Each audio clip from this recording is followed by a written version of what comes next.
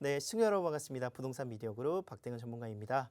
자, 오늘부터 화요일 부동산 온에어 부동산 포커스 함께 하도록 하겠는데요. 자, 오늘 저와 함께 먼저 만나보실 내용은요. 부동산 주택임대차 보호법 6월 달부터 이제 어떻게 보면 개정안들이 또 나왔습니다. 그래서 그 중에서도 이제 임대인이든 또는 임차인이든 꼭 신경 써야 될 부분 중에 하나인 임대차 보호 3법 중에 하나인 전월세 신고제에 대해서 이야기를 한번 나눠보도록 하겠습니다. 자, 임대차 보호법과 이제 부동산 거래 신고법 개정안이 함께 개정이 되면서 임대차 보호 3법으로 알고 계시는 계약갱신 청구권과 전월세 상한제, 그리고 이번 6월 1일부터 시행되는 전월세 신고제가 완벽히 또 3법으로 이루어졌다 이렇게 볼 수가 있겠습니다.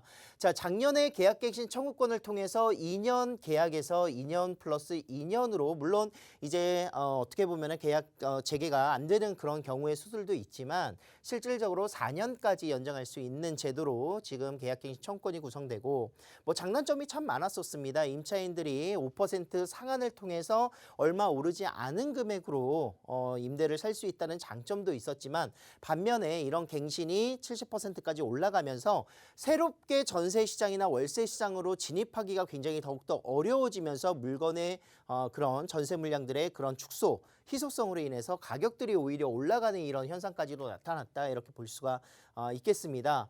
물론 이제 자리를 잡기까지는 시간이 좀 더 걸리지 않을까 이런 생각들, 예상들을 충분히 할 수가 있겠고 중요한 부분 중에 하나는 이제 이런 부분들로 통해서 임대 시장이 안정화되고 이루어질 수 있는 거래가 좀 원활하게 좀 구성이 될 수 있는 방안들이 추후에 또 보완이 되고 추진이 됐으면 좋겠다 이런 생각들을 하고 있고요.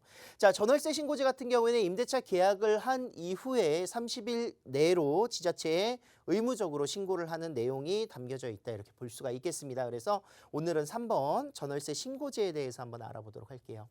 자, 주택임대차 계약을 하시고 나서 30일 이내에 이제 계약 사항을 반드시 신고해야 되는 사항이고요. 반드시 신고를 하지 않게 됐었을 때는 최대 100만 원까지의 과태료가 부과될 수 있다. 뭐 신고를 하지 않거나 거짓 신고를 할 경우에 이런 과태료가 발생되는데 1년 동안의 유예를 거치긴 하겠지만 이제는 임대를 놓으실 경우 또는 임차에 들어가실 경우에는 꼭 필수로 계약 사항을 신고하셔야 된다 이렇게 생각을 할 수가 있겠습니다. 어디에 신고를 해야 되느냐? 읍면동 주민센터 이제 이동을 하실 수가 있겠고요.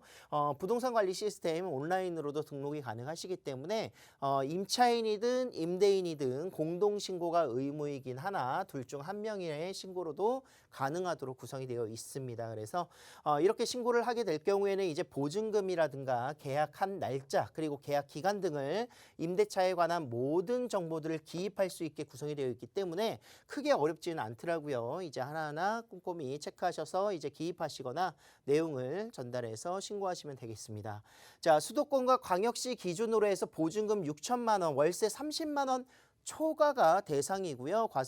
이제 신고 대상이고 만약에 보증금 6천만 원이나 월세 뭐 31만 원만 되더라도 신고를 해야 됩니다. 하지만 30만 원 이하이거나 6천만 원 이하일 경우에는 신고를 하지 않아도 된다. 이렇게 볼 수가 있겠습니다.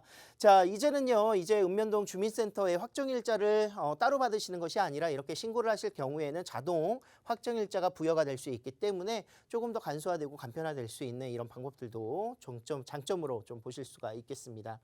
자, 궁금하신 내용들 몇 가지 한번 해결하도록 하겠는데요. 일단 임대차 전월세 신고제 이제 구성될 때 신규와 갱신 모두 다 이제 대상입니다. 신고를 해야 된다는 내용이 되겠고요. 단 갱신할 경우에는 계약 금액의 변동이 없는 갱신일 경우에는 신고를 따로 한 번 더 하지 않아도 된다 이렇게 볼 수가 있겠습니다. 그리고 소급 적용을 하지 않는다라고 하기 때문에 계약서 작성일 기준으로 구성을 하겠습니다. 그 이야기는 기존에 계약되어 있는 것들도 다 신고를 해야 되느냐 그건 아니다 이렇게 말씀을 드릴 수가 있겠고 6월 1일 이후에 계약을 한 경우에는 신규로 들어가겠죠. 그래서 또는 갱신이든 6월 1일 이후에 신규 갱신 모두 신고를 해야 되는데 계약서 작성일 기준이 되겠습니다. 그래서 잔금일이 뭐 6월 이후이고 계약일은 6월 전이다 이렇게 됐었을 때는 신고를 하지 않아도 되는 지금 당장에 신고를 하지 않아도 된다 이렇게 볼 수가 있기 때문에 계약일 기준점으로서 지금 이제 갱신을 했는데 해야 되나 말아야 되나 고민하시는 분들은 이런 거 잘 따져보셔야 될 것 같고요. 자, 관리비는 신고 대상이 아닙니다. 그래서 월세 금액에 들어가지 않는다는 점을 보셔야 될 것 같고 뭐 편법이 생길 수가 있겠죠. 지금 월세 30만 원 이제 이상이 됐었을 때 신고를 해야 되기 때문에 뭐 관리비를 좀 높이고 월세를 30만 원 이하로 낮추고 뭐 이런 경우가 생길 수 있을 것 같아요. 그런데 이런 부분들은 이제 관리비는 주변 시세에 대비해서 너무나도 월등히 높거나 이럴 경우에는 문제가 생길 수 있다. 그 부분은 미리 체크를 거짓 신고 대상이 될 수 있기 때문에 체크를 하셔야 된다 이렇게 볼 수가 있겠습니다. 자, 임대사업자는 의무 신고 대상이죠. 지금 현재 뭐 표준 임대차 계약서를 가지고 임대사업자는 의무적으로 구청에 임대 개시일 신고, 계약 갱신 신고 다 하셔야 되기 때문에 2번 걸쳐서 신고하지 않아도 된다. 임대사업자는 의무 신고로 임대사업자 신고만 하시는 걸로 마무리가 될 수 있다 이렇게 볼 수가 있겠습니다. 자, 준주택이라든가 또는 이제 비주택이 있습니다. 뭐 고시원이라든가 기숙사 이런 부분 중에 하나는 30만 원 초과가 됐었을 때는 신고해야 되는 대상이 되는 것이고요. 공장이라든가 상가로 구성이 되어 있는 용도이지만 실질적으로 사용하는 목적이 주택 용도로 사용을 하고 있다라면 이런 상가라든가 공장 같은 경우에도 건물의 종류에 상관없이 실제 용도가 주택 용도이기 때문에 임대차 목적에 따라서 신고를 하셔야 된다 이렇게 볼 수가 있겠습니다.